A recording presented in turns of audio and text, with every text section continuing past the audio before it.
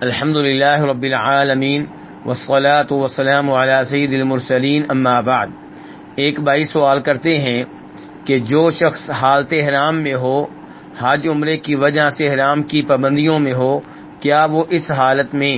Tooth paste استعمال کر سکتا ہے؟ تو گزارش یہ ہے کہ حالت احرام میں خوشبو استعمال کرنا ممنوع ہے، جیسا کہ اس حدیث سے معلوم ہوتا ہے جسے امام مسلم اور بخاری وغیرہ روایت کرتے ہیں، جس میں یہ آتا ہے کہ آپ کے ایک صحابی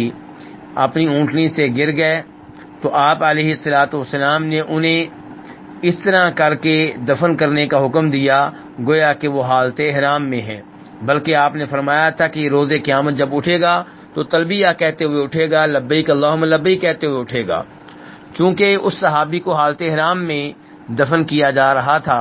اس لیے آپ نے حکم دیا تھا کہ اسے خوشبو نہیں لگانی اور اس کے چہرے اور اس کے سر کو بھی ننگا رکھنا ہے۔ تو خوشبو حالت احرام میں ممنوع ہے، لیکن ٹوتھ پیسٹ کو خوشبو نہیں کہا جاتا، اور جو ٹوتھ پیسٹ استعمال کرے اس کے بارے میں کوئی بھی یہ نظریہ نہیں رکھتا کہ اس نے خوشبو استعمال کی ہے، وہ ایک مہک ہوتی ہے،